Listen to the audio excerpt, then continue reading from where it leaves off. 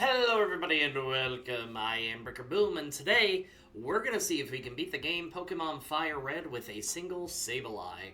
We're still gonna play the game in Emerald as we get close to Halloween, but given the fact that FireRed has one evolution line of ghosts, I wanted to just use a few more. Sableye is a fun dark ghost typing with an okay enough moveset. The list of TMs could be what end up carrying us through the game and allow us to get moves like Shadow Ball a little bit earlier if needed. I think that we're going to be able to beat the game, but I've never used this Pokemon literally at all, so I have no idea what to expect. We grab our Pokemon and we start the beginning lab rival, and it basically goes just like any other would, especially given the fact that they literally can't touch us. We do go ahead and give them Charmander because at the end of the day, given the fact that we get Psychic and we do have such a wide variety of TMs, I think Charizard is probably going to be the hardest for us to face, maybe. But what we're going to go ahead and do is do a little bit of leveling through the forest before the optional rival fight. Not because we would take damage, mostly because I don't know if we would actually have enough power points to finish the fight without going into struggle. Now, the good news is that our ability is Keen Eye, so we will not have to worry about Pidgeot wrecking our lives with Sand Attack. We also have a Lax Nature, which increases defense but decreases special defense. Honestly, our special defense is the worst anyway, but that could become an issue as we get to trainers like Blaine, but honestly, only time is going to tell. I don't know if the lowered special defense is actually going to make any kind of difference. As we start, the beginning of the game is actually going to be pretty easy for us. We go through the forest and we double back to the optional rival fight. Like I said, Pidgey can't lower accuracy due to Keen Eye and can't touch us due to having normal attacks. And then with the Charmander, the most it can do is keep growling over and over again until it too goes down. By the time we get to Brock, it's more of the same, at least with Geodude. It only knows Tackle and Defense Curl, and that's no concern for us, so we're able to take it down. And then with Onix, it hits us, but not very hard, so even though it does get a couple of good hits in, we're able to take it down pretty easily. After that battle, Brock gives you a reminder to subscribe to the channel. If you like this kind of content, I try to have one challenge up per week, and next week... Next week is probably going to be the Pikachu run in Pokemon FireRed. If I can figure out a way to get all three of the big three starters, I'd like to do a Squirtle, Bulbasaur, and Charmander team run in Pokemon Heart Gold. No evolving, just straight as is. I think it'd be a lot of fun. As we travel to the next city, we make sure to go ahead and grab the Dome Fossil, because that's the only one that matters. I didn't think these Spectral Hands could learn Mega Punch, but we grabbed that, and then we have a choice ahead of us. We can either fight Misty or fight the rival, so I'm going to take my chances and try Misty first. Misty starts with Staryu, and it uses Harden as we use Mega Punch to do right about half. Water Pulse does a good bit of damage, and we swap to Nightshade for the guaranteed damage. Next up is Starmie, and we use Astonish for a bit of damage, but 2 Water Pulses is enough to take us down. Alright. Let's try the rival fight, and we'll see if that goes any better. Pidgeotto is first, and we open with Mega Punch, taking it to right about half. Gus connects for a little, and then we can take it down. After that, Charmander is out, and we Nightshade it to about half as Ember connects, and then we can take it down. Next up is Abra, and we can one-shot it with Astonish. This will probably be one of the few runs that Alakazam will be no concern. And then finally, it's Rattata, and Mega Punch is able to one-shot it, and that's that. So from there, we go ahead, start moving through the route to the north. We make sure to get some of the additional trainers, and when we try to fight Misty again, we're doing better, but just need a little bit more bulk. So we go ahead and take out the trainers south of here on the way to Vermilion, and then we double back to see how we do with that 1 or 2 extra levels. At level 27, we can take Staryu down in 1 Mega Punch. After that, with Starmie, we get hit with Water Pulse, and Astonish takes it to half as we get hit with another Water Pulse before taking it down. This still took 2 or 3 attempts given our confusion luck, but we can move on. Now that we've made it to the ship, honestly, despite having to get some levels to fight Misty, aside from grabbing just a couple of the items, I don't waste too much time with the additional trainers. We have a lot of trainers on the way to the Dark Cave, and even in the Dark Cave, if it turns out that we can't beat Surge for whatever reason. So honestly, I'm gonna chance it. After grabbing the things that we need, we head to the rival, and we'll see how that goes first. Pidgeotto is first, so we use Mega Punch, taking it to yellow as Gus connects, and then we can take it down. Next out is Charmeleon, and we swap to Feint Attack to take it to yellow as Ember connects, and then we take it down. After that, Raticate is out, and one Megaton Punch takes it down. Kadabra is next, and we swap over to Feint Attack, taking it down in one go. After grabbing Cut and fighting through the trash can puzzle, it is time for us to fight Surge. Surge first starts with Voltorb, and Feint Attack takes it down in one shot. Next out is Pikachu, and Feint Attack takes it down. Last up is Raichu, and it uses Double Team, and we Feint Attack it to yellow. Shockwave connects, and then we take it down with a critical hit to win the battle. Alright, time to go through the cave, and the good news is, once we're done, we'll be able to get some much-needed move variety. Psychic and Return can be added to our arsenal. Given the fact that we have Psychic, I'm pretty sure we'll be able to take on Erica or Giovanni, but we'll go ahead and go for Erica first. Also, just in case you didn't know for whatever reason, I do almost daily shorts. We are going through every single Pokemon in the Pokedex, and we are currently in Generation 4. I post 6 days a week, so probably a couple more years of content before we get to the end. I am not 100% sure what I'm going to do when that series is all wrapped up, but it's actually helped me meet some new creators. It's been an interesting way to be able to watch the channel grow. Granted, shorts don't pop off as much as they used to, especially now that YouTube doesn't push that algorithm as much anymore, but just in case you didn't know. Anyway, let's fight Erica. Erica first sends out Victory Bell, and we open with Psychic and take it down in one shot. Next out is Tangela, and that is a one-shot because of course it is. Vileplume is last, and Psychic takes it to yellow, and Stun Spore connects. Erica heals up, and we Psychic to take it to red as we drop it special, and then we can take it down with the next shot to win the battle. With 4 badges down and 4 to go, we have a couple fights that we need to talk about, and then we can look at Sableye as a whole and its performance in the run so far. Let's go ahead and see how things go against Giovanni for the first time. Onix is first, so we open with Psychic, taking it to a Sliver as it hits a Rock Throw, but we take it out with a Feint Attack next turn. After that, Kangaskhan is out. We use Psychic, doing maybe a third as Bite does decent damage. Another Psychic takes it to red, and Tail Whip lowers our defense before it goes down. Good news is the last Pokemon is Rhyhorn, and that's a simple one-shot to win us the battle. Back to the tower, and we will try our hand at the rival fight. Pidgeotto is first, and we get hit with Gust as we Mega Punch it to take it to red. Another Gust connects, and we take it down with Feint Attack. Execute is next, and we use another Feint Attack, knocking it out in one go. Now it's up to Gyarados, and we use Psychic, taking it to about half, and then another Psychic takes it out. Charmeleon is last, so we take it to red as it connects a soft Ember before going down. Kadabra is his last Pokemon, and we accidentally hit Psychic, but it's a crit, so it goes down. Looks pretty effective to me, but, you know, it's a clean battle. Let's move on. Now, while we go ahead and do some Safari Zone Scramble, that means that we can go ahead and talk about Sableye. Despite the stats not being all that impressive, it's actually holding its own. Its stats put it somewhere in that middle stage starter territory, so this is actually going a lot better than I thought it would. Having access to a good variety of moves is also helping quite a bit. I don't know how things are going to go as we get further into the game. I think Koga can be hit or miss. Sabrina probably can't touch us. And then I think Blaine can be tricky.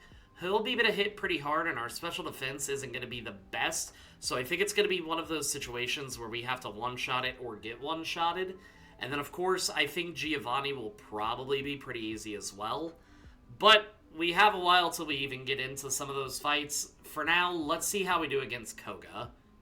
Koga first starts with Coughing, and we open up with Psychic, and we can take it down in one shot. After that, it's Muck, and you guessed it, we're just going to keep pressing the A button on Psychic as we take it to half, and it uses Minimize. Despite the Minimize, we can actually still hit it and take it down. Next out is Coughing, and it goes down in one go. And then there's Wheezing, and we take it to yellow as it misses Toxic. We lower its special so that we can take it out. Huh. That battle actually went a little bit smoother than I would have thought, but let's go ahead. We'll head to Silph now, As always, if for some reason we can't beat the rival, there are plenty of trainers that we can go ahead and go against for some extra levels. I know that that may not be the most time-saving thing to do, but I always like to see if I can beat the game without using the rare candies, unless they're ones that were actually provided to us in the game. If we get Brick Wall, then obviously I have no choice, but there are literally plenty of trainers to be able to get usually between 2 and 4 levels on our Pokemon. Pidgeotto's first, and we use Mega Punch, taking it to not even half as it uses Feather Dance. Next, we use Psychic and land a critical hit to take it down. After that, Charizard comes out, takes us to yellow. We don't even do half, and then it takes us out.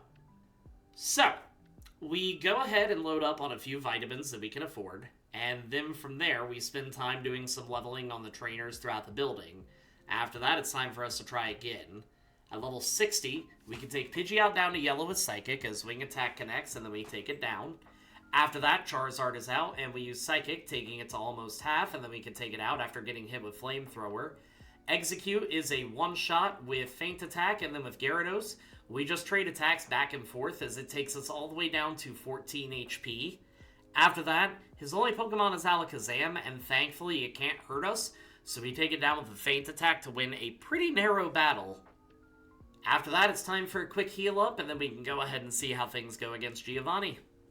Giovanni first sends out Nidorino, and we open with Psychic, taking it down in one shot. Next out is Rhyhorn, and we continue with Psychic, taking it down as well. Nidoqueen comes out, and a Psychic takes it to red as it does a little damage, and then we take it down. Kangaskhan is last, and we Psychic it below half as it uses Tail Whip, then it goes down to win us the battle. I feel bad. Sabrina is probably the easiest for us to fight. Kadabra, one shot. Venomoth, one shot. Mr. Mime and Alakazam, also one shots. Not much really to cover here.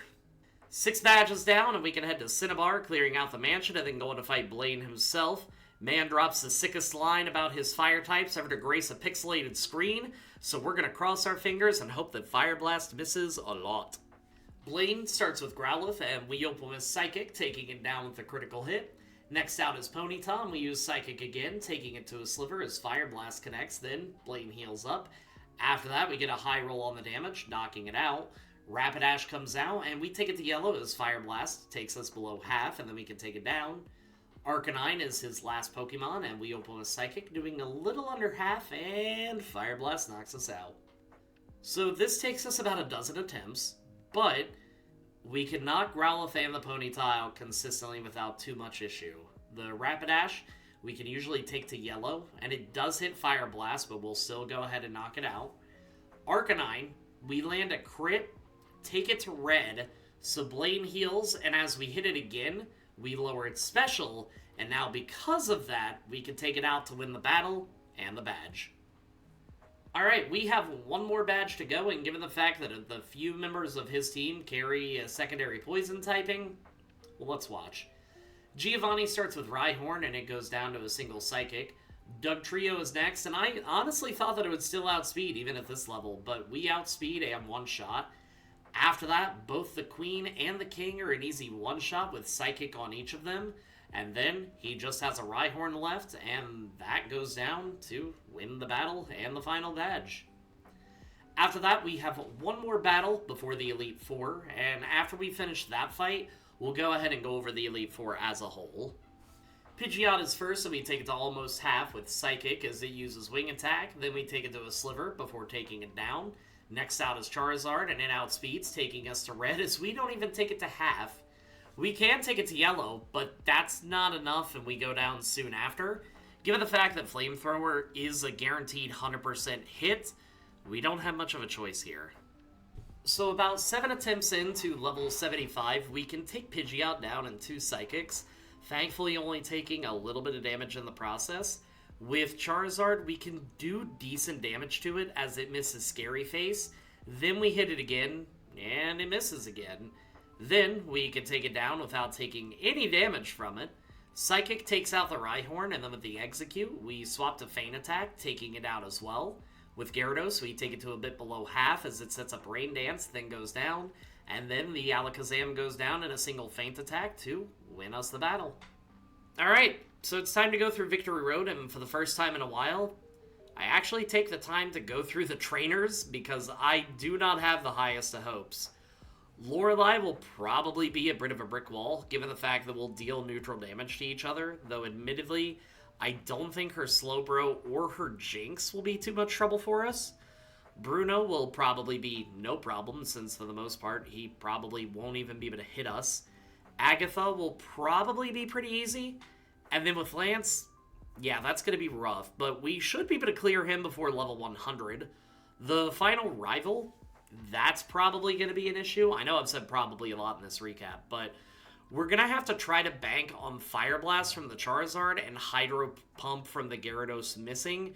If either of those moves hit, I can honestly see it being lights out for us. But without further ado, let's go ahead and fight Lorelei. Dugong goes to around half with Return as it sets up Hail, and then we can take it out. Cloyster is up next, and it's not too much to worry about as we hit it with Shadow Ball and it sets up Spikes. It does waste a turn with Protect before we take it down with Psychic. Next out is Slowbro, and we swap over to Shadow Ball, taking it to a Sliver as it uses Yawn. Unfortunately, it's nap time for us, so we get knocked out by a few Surfs after it sets up Calm Mind. The next attempt goes about the same with the first two Pokemon until we get to Slowbro. This time, we actually take it to Red with Feint Attack, and it just uses Calm Mind so we can take it out. With Lapras, we can take it to Yellow as it hits us, and then it goes to Red, and it takes us to 3 HP. After that, the Berry activates to take it out of healing range, and we barely survive to take it down. With Jinx, we are lucky enough to outspeed, and one-shot it with Return to win the first of the Elite Four battles, although it was incredibly rough. On to Bruno. Onix is the first of his Pokemon, and we open up with Psychic, taking it down in one shot. After that, Hitmonchan comes out and goes to a Sliver. It misses Rock Tomb, then Bruno heals up, and we take it back to Red, then knock it out. After that, his next Onix is out, and it's also a one-shot with Psychic. Machamp is next, and we do a solid chunk of damage as it uses Scary Face, and the Berry takes it out of healing range. The next turn, it uses Bulk Up, so we can just go ahead and take it out. Last up, it's Hitmonlee, and it uses Foresight. We use Psychic to take it to a Sliver. Bruno heals, and we take it back to Red. The next turn, it hits a pretty solid Brick Break, but then we knock it out to win the battle. Okay, that was easy enough. Let's see how things go against Agatha. Gengar is first up, and we use Feint Attack, taking it down in one go. Next out is Golbat, and we swap to Psychic, taking it down as well. After that, Haunter is out, and we swap over to Feint Attack once more, taking it out. Then it's her other Gengar, and Feint Attack is able to one-shot as well. Finally, it's her Arbok. We swap back to Psychic, taking it down in one shot to win the battle. Alright, that's 2 easy battles. Let's go for 3. Time for Lance. Lance starts off with Gyarados, so we use Psychic to take it to almost half, and Dragon Rage connects. We swap to Feint Attack and take it to Red as it whittles us down a bit with Dragon Rage. Lance does heal up, and we can take it down a few turns later. With Aerodactyl, we can take it to half, and then we can knock it out. After that, it's Dragonite. We can do a bit of damage, but it knocks us out pretty quickly. This takes us a while, and it does take us into level 90, but at this level, we can knock the Gyarados out in 2 shots, and thankfully, it uses Bite instead of Dragon Rage. Aerodactyl is a 2-shot, and it doesn't get a boost off Ancient Power, so that's the only reason we take it down. With Dragonite, we use Psychic. It sets up Safeguard, and then we take it to Red as it uses Outrage, but between the Berry and it being locked into that move, we can go ahead and knock it out. We can then knock out the first Dragonair, though the critical hit was absolutely needed because you could tell by the second Dragonair. It goes to yellow, paralyzes us, and then Lance heals up a few times before it finally goes down to win us another pretty narrow battle. Alright, we have one more battle to go, and I'll be honest, we are close-ish, but we can't get there without a lot of luck. It takes us a while, and we do have to level up for a more consistent run, so I just want to see how we do a level 95. Pidgeot is first, and we open with Psychic, taking it to yellow as it hits Wing Attack, then goes down. As Charizard comes out, we can take it to a little under half as it hits Fire Blast, but the next shot, we get a critical hit to knock it down. Rhydon surprisingly lives a Psychic and uses Scary Face, and the rival wastes a few heals before allowing it to finally go down. Exeggutor uses Light Screen, so it survives the hit, but then it goes down as well. Then, with Gyarados, we do just a little bit of damage with Psychic as it uses Hydro Pump, But the next turn, we actually get a crit to knock it out. And then with Alakazam, like I've said, it can't actually hurt us, so we use Feint Attack to knock it out, win the battle, and the run. Alright everyone, I hope that you enjoyed that particular run, because honestly it was a lot of fun to get to go through with a Pokemon that I feel not many people actually use. Next week, as much as I don't want to, we're probably going to go ahead and do the Pikachu run because that was part of our first Pokemon videos released. But for now, I do have to go ahead, get this recorded and edited, and then get started on that run. If you haven't yet, make sure to go ahead and join the Discord. Links to that'll be below. Also, let me just double check the calendar here on February 22nd, which will be next Saturday, so it'll be a few days after the Pikachu run is up. We are actually going to be doing a 12-hour YouTube stream. I'm still a few hundred watch hours away from being able to be full partner, so I want to be able to use this as a way to hopefully get even closer to that goal. If, 30 or 40 people show up, I doubt it, but if that many people would show up, we'd actually be finished with the watch hours probably. But just a way to be able to also meet some of you. I know that I also stream on Twitch, but not everybody wants to go on Twitch. I would still recommend maybe following me on there because I do a lot more streaming on there than what I do YouTube. At least 1 or 2 more streams a week, just kind of depending on how things go. I can always explain that more in the Discord if you choose to join, but for now, as always, if you like the video, even if you didn't like the video, think about hitting that like and subscribe button because it really does help me out. And until next time, everybody, peace out!